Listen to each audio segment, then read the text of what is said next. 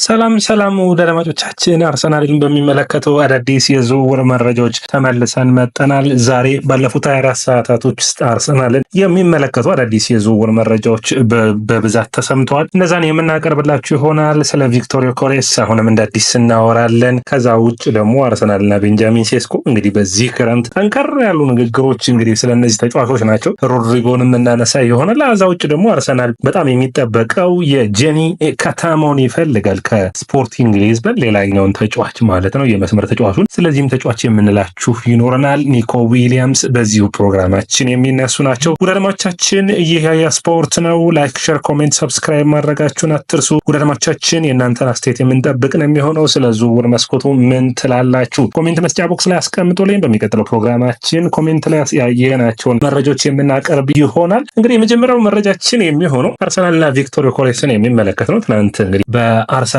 ለቪክቶር ዮኬሬስ ከስፖርቲንግ ሊዝበን ለማስፈረም ጥያቄዎችን አቅርቧል የሚል መረጃዎች ወጥተው ነበር። ዛሬ እንግዲህ ቪክቶር ዮኬሬስ የሰጠው አስተያየት፣ ከዛ በኋላ የስፖርቲንግ ሊዝበን ፕሬዚዳንት የሰጡትን አስተያየት፣ ከዛ መልሶ ደግሞ ኤጀንቱ የሰጠውን አስተያየት በቀጥታ ላቅርብላችሁ። እንግዲህ ቪክቶር ዮኬሬስ እና የስፖርቲንግ ሊዝበን ጭቅጭቅ ወይም ደግሞ ድርድሮች ምን ነበሩ ብላችሁ ካሰባችሁ አምና በሁጎ ቬና ይህ የማንቸስተር ሲቲው ስፖርቲንግ ዳይሬክተር ሆኖ እያገለገለ የሚገኘው አሁን የማንቸስተር ሲቲ ስፖርቲንግ ዳይሬክተር የሆነው በፊት የስፖርቲንግ ሊዝበን ነበር። ስለዚህ ከዚህ ሰውዬ ጋር ስምምነት ነበራቸው። ያም ምንድነው ካላችሁኝ 60 ሚሊዮን ዩሮ ሲደመር 10 ሚሊዮን ዩሮ በቀጥታ የሚያቀርብ ቡድን ካለ ቪክቶር ዮኬሬስን እንዲያስፈርም ነበር። ቪክቶር ዮኬሬስ የመልቀቂያ አንቀጹ 100 ሚሊዮን ዩሮ ነው። ያንን ደግሞ ቡድኖች ለመክፈል አልፈቀዱም። ባለፈው ክረምት ጀምሮ ይህንን ሁኔታ በሚገባ ያጤኑት ነበሩ ቡድኖች። ስለዚህ አንድ ዓመትን በዛ በስፖርቲንግ ሊዝበን እንዲቆይ አድርገውት ነበር። አሁን አርሰናል አቀረበ የተባለው 55 ሚሊዮን ዩሮ እየታየ የሚጨመር 10 ሚሊዮን ዩሮ ነው። ይህንን መረጃ ያወጣው ማን ነው ካላችሁኝ ደግሞ ማስክ ፉትቦል የሚባል በፖርቹጋል ያለ ጋዜጣ ነው። ይህ ማለት 55 ሚሊዮን ዩሮ ማለት ወደ 46.4 ሚሊዮን ፓውንድ ወይም ደግሞ 10 ሚሊዮን ዩሮ ማለት ወደ 8.5 ሚሊዮን ፓውንድ አካባቢ አርሰናሎች አቅርበዋል የሚል ነው። ይህ እንግዲህ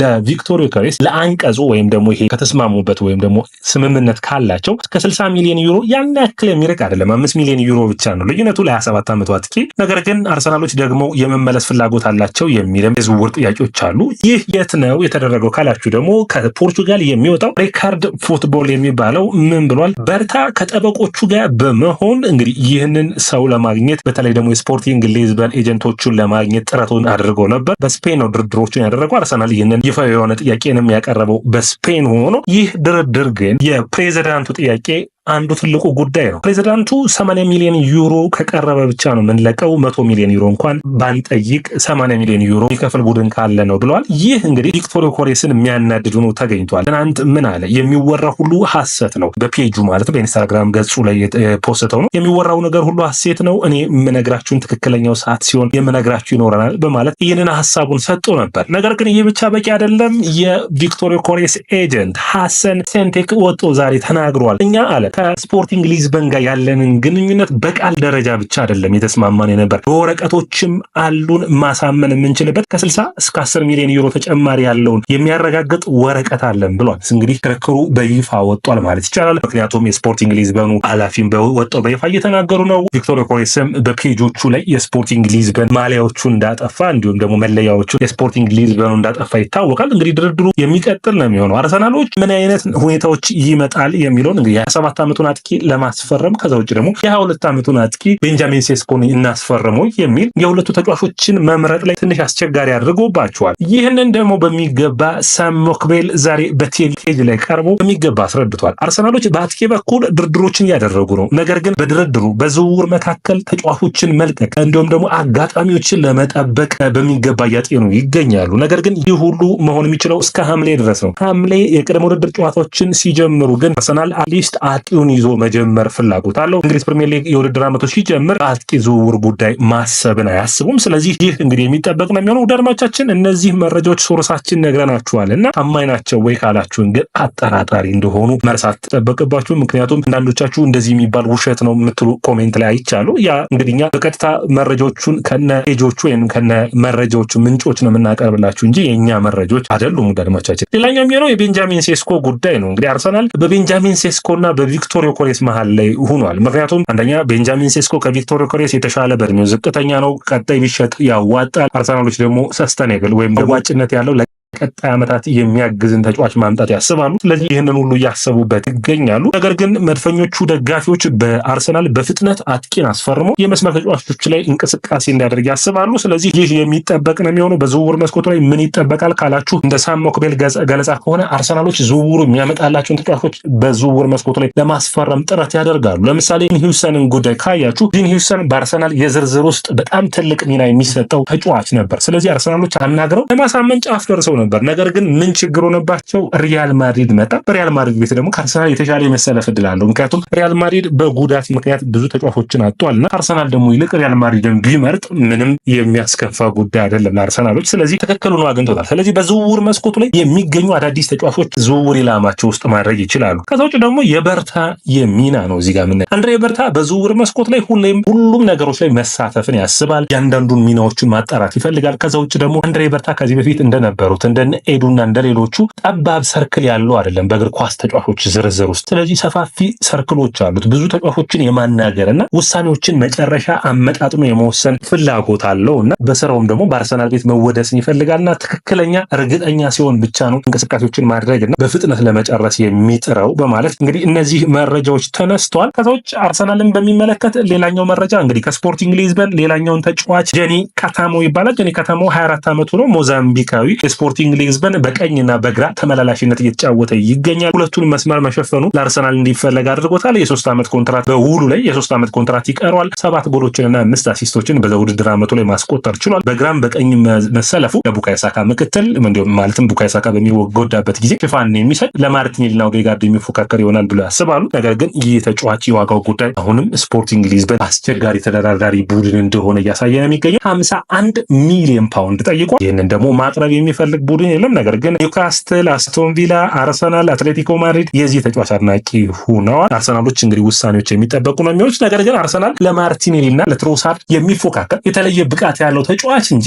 ድጋሚ እነሱን የሚመስል ገና ቡድኑን የሚለማመድ አይነት የመስመር ተጫዋችን የማምጣት እቅድ የላቸው። ይህ ድርድር እንግዲህ የሚጠበቅ ነው የሚሆነው። ሮድሪጎን የሚመለከቱ መረጃዎችም እየወጡ ነው የሚገኙት። ሮድሪጎ በቅርብ ጊዜያቶች በኢንስታግራም ገጹ ላይ በማድሪድ ደስተኛ ነኝ የሚል ፖስቷል። ነገር ግን ከዣቪ አሎንሶ አጨዋወት አንጻር ዣቪ አሎንሶ 3-4-1-2 የሚጫወትበት አይነት ቅርጽ በተለይ በኪሊያን መባፔ እና እንዲሁም ደግሞ የሚመራው የማጥቃት መስመሩ በኪሊያን መባፔ እንዲሁም ደግሞ በቪኒሺየስ ጁኒየር እንደሚሆንና የሚወስደው ቦታዎች እስካሁን ድረስ የሮድሪጎ ቦታ አልታወቀም። ስለዚህ አንደኛ አርሰናሎች የዚህን ተጫዋች በሚገባ ከዝውውሩ መጨረሻ ቀን ድረስ የዚህ ተጫዋች የሚለቅ ከሆነ ወደ አርሰናል እንዲመጣ ይፈልጋሉ። ስለዚህም እንዲህ አንዱ አስተያየት የሰጠው ጋብሪኤል ማጋሌስ ነው። ጋብሪኤል ማጋሌስ ምን አለ ካል ስለዚህ ተጫዋች ሁኔታ ለአርሰናል ስፖርቲንግ ዳይሬክተር ሁሉ ነግር ያለው በጣም ጥሩ ክህሎት ያለው አርሰናል ማስፈረም የሚጠበቅበት ተጫዋች እንደሆነ ሮድሪጎን እንግዲህ አርሰናሎች በጣም ይፈልጉታል። በተለይ ማይክል አርቴታ የዚህ ተጫዋች አድናቂ ነው። አርሰናሎች ካዝናቸውን ለመስበር 84 ሚሊዮን ፓውንዱን ለማውጣት ምንም ችግር የለባቸውም። የተጫዋቹን መምጣት መፈለግ የተጫዋቹን ፍላጎት ብቻ ነው የሚጠብቁት። አርሰናልን ለውጥ ማምጣት የሚችል ተጫዋች ነው ብሎ ያምናሉ። የ24 ዓመቱ ብራዚላዊ 84 ሚሊዮን ፓውንድ ይገምታል። በደሞዝ ጉዳይ ለአርሰናል አሳሳቢ አይሆንም። የአርሰናል ከፍተኛ ተከፋይ ማድረግም ያስባሉ። በማድሪድ ደስተኛ እንዳልሆነ ተናግሯል። ከዛ ውጭ ግን ትንሽ አስቸጋሪ የሚያደርገው የማስታንቱኖ ወደ በተለይ ተጠባቂ የነበረው ዝውውር ነው። 45 ሚሊዮን ዶላር ከሪቨር ፕሌት ማድሪድ ደርሷል። ስለዚህ የዚህ ተጫዋች ጥሩ ፐርፎርማንስን የሚያሳይ ከሆነ በተለይ ደግሞ እሱ የመጨረሻ እድልን የሚያገኝበትን የቀኝ መስመሩን ቦታ ይዞ የሚጫወት ነው የሚሆነው። ከዛ ውጭ ብራሂም ዲያዝም አለ። ስለዚህ ብራሂም ዲያዝንና ማስታንቱኑን የመልቀቅ ፍላጎት የላቸውም ማድሪዶች። ስለዚህ ሌላኛውን ዝውውር በዚህኛው በኩል ለማድረግ የሮድሪጎ መልቀቅ የሚጠበቅ ይሆናል። አርሰናሎች ሮድሪጎ የሚለቅ ከሆነ በዝውውር መስኮቱ ላይ ይህንን ተጫዋች ለማስፈረም የሚጥሩ ይሆናል። በክለብ ወርልድ ካፕ ወይም በክለቦች ዓለም ዋንጫ ላይ የዚህ ልጅ ተሳትፎ ዝቅተኛ የሚሆን ከሆነ የመጨረሻ ጊዜን የሚያጣ ከሆነ ወደ አርሰናል የመምጣት እድል ይኖረዋል። ከዚህ በፊት ደግሞ አርሰናል ከማድሪድ ብዙ ተጫዋቾችን አስፈርሞ አሳይቶናል አይደለ? አንደኛው የሚሆነው እንግዲህ የሚሶት ኦዚል የኦዴጋርድ ዝውውሮች ናቸው። እነዛ ዝውውሮች በዝውውሩ መጨረሻ ቀናቶች የተሳኩ እንደነበሩ መርሳት የለባችሁም። ስለዚህ አርሰናል እስከ መጨረሻ ድረስ የዚህን ልጅ ዝውውር የሚጠብቅ ነው የሚሆነው። ሌሎች አጫጭር የዝውውር መረጃዎችን ላድርሳችሁ። 2 መረጃዎች አሉኝ። አንደኛው የሚሆነው የኢታን ንዋነሪ ብቃት ነው። የኢታን ንዋነሪ እንግዲህ ከ21 ዓመት በታች እንግሊዝ ብሔራዊ ቡድን ወክሎ በ18 ዓመቱ ከ21 ዓመት በታች በአውሮፓ መድረክ ላይ የሚደረገው ተሳትፎን እያደረገ ይገኛል። ትናንት በ69ኛው ደቂቃ ተቀይሮ ገብቶ ለ20 ደቂቃዎች በጣም አስገራሚ ብቃቱን ሲያሳይ ነበር። በመስመር ነበር ተቀይሮ የገባው። ጥሩ ፐርፎርማንሱን አሳይቷል። ይህ ተጫዋች አሁንም አቅም እንዳለው እያሳየ ይገኛል። ለአርቴታና ተጫዋቾቹ በእሱና በአርቴታ መካከል ልዩነቶች እንደነበሩ ተጠይቆ ነበር። ነገር ግን በግልጽ ተናግሯል። አርቴታ ሪስኮችን ላለመውሰድ ወይም ደግሞ አንዳንዴ አሰልጣኞችን ውሳኔ ማክበር ይጠበቅብናል፣ ያሰበው ነገር ይኖራል በማለት አስተያየቱን ሰጥቷል። በተለይ በቻምፒዮንስ ሊጉ ግማሽ ፍጻሜ ላይ ፒኤስጂ ላይ ያስቆጠረው ጎል፣ በፕሪሚየር ሊጉ ላይ በብራይተን የመጀመሪያ ጎሉን ያስቆጠረበት መንገድ አርሰናሎች የወደፊቱ ተመራጭ ተጫዋቻቸው እንደሚሆን ይጠበቃል። አርሰናል ይህንን ተጫዋች በከፍተኛ ሂደቶች ስለሚያዩ በውሰት የሚለቀው አይሆንም። ከዛ ይልቅ የኦዴጋርድ ተፎካካሪ ሆኖ በቡድን ውስጥ የሚቀጥል ይሆናል። አርሰናሎች እንደ ፎደን አይነት ሚናን ሊሰጡት ያስባሉ። ያ ማለትም ማለት ነው ፎደን ባለፉት 4 እና 5 ዓመታት እያየ ነው እንግዲህ በየአመቱ የሚያድግ አይነት የጨዋታ ጊዜን እየሰጡ ለማሳደግ ይህንን ተጫዋች ያስባሉ። ተጫዋቹም በቡድኑ ደስተኛ ነው። አርሰናል ኒኮ ዊሊያምስ ለማስፈረም እንግዲህ ከሚፈልጉ ቡድኖች ውስጥ አንዱ ነው። ከዛ ውስጥ እንግዲህ አስቸጋሪ ያደረገው የ51 ሚሊዮን ፓውንድ የዝውውር መልቀቂያውን መክፈል ነበር። በቀጥታ አንዴ ነው የሚከፈለው። ይህ አስቸጋሪ ያደርጎባቸው ነበር። ነገር ግን በዚህ የዝውውር ጉዳይ ላይ አርሰናል ብቻ ሳይሆን ባየር ሙኒክ አሁን ደግሞ ዛሬ በወጣው መረጃ ዴኮ ኤጀንቱን አነጋግሯልና ወደ ባርሴሎናም የመምጣት እድል ሊኖረው ይችላል። ባርሴሎና ከመጣ ደግሞ አርሰናልም ባየር ሙኒክም ቸልሲም ከዚህ ዝውውር የሚወጡ ይሆናል። ባርሴሎና ምክንያቱም የዚህ ተጫዋች ተቀዳሚ መዳረሻው ይሆናል ተብሎ የሚታሰብ ነው። ድርድሮቹ እንደቀጠሉ ናቸው። ኒኮ ዊሊያምስ እንግዲህ በብቃቱ ረገድ ምንም ጥያቄ የለውም፣ አስተማማኝ ነው። አንደኛ እንግዲህ ዴኮ ንግግሮችን እያደረገ ያለው ይህ ተጫዋች እንግዲህ በባርሴሎና የመመዝገብ እድል እንዳለው አረጋግጧል። አምና ዳኒ ኦልሞን የኒኮ ዊሊያምስ ዝውውር ሳይሳካ ሲቀር ማስፈረማቸው የሚታወስ ነው። አሁን ደግሞ በመስመሮች ኒኮ ዊሊያምስን እና ላሚን ያማልን የማሰለፍ ፍላጎት አለ። አርሰናሎች የጁሊያን ቲምበር ወንድም የሆነው ኩዊንቲን ቲምበር በፌኖርድ ቤት ጥሩ ብቃቱን እያሳየ የሚገኘው ተጫዋች ለማምጣት ጥረቶችን እያደረጉ ነው። ፌኖርድ ይህንን ተጫዋች የሚለቀው ከሆነ ሊቨርፑል፣ አርሰናል ብዙ ቡድኖች እየፈለጉት ይገኛሉ። የቀድሞ አሰልጣኙ አርነ ስሎት የሚፈልጉታል። ይህንን ተጫዋች ያስፈርሙት ይሆን? እንግዲህ የምናይ ነው የሚሆነው። አርሰናሎች ግን አሁንም ፍላጎት እንዳላቸው በግልጽ ተናግረዋል። ሰላም ወደ አድማጮቻችን፣ ይህ ያያ ስፖርት ነው። ላይክ፣ ሼር፣ ኮሜንት፣ ሰብስክራይብ ማድረጋችሁን አትርሱ።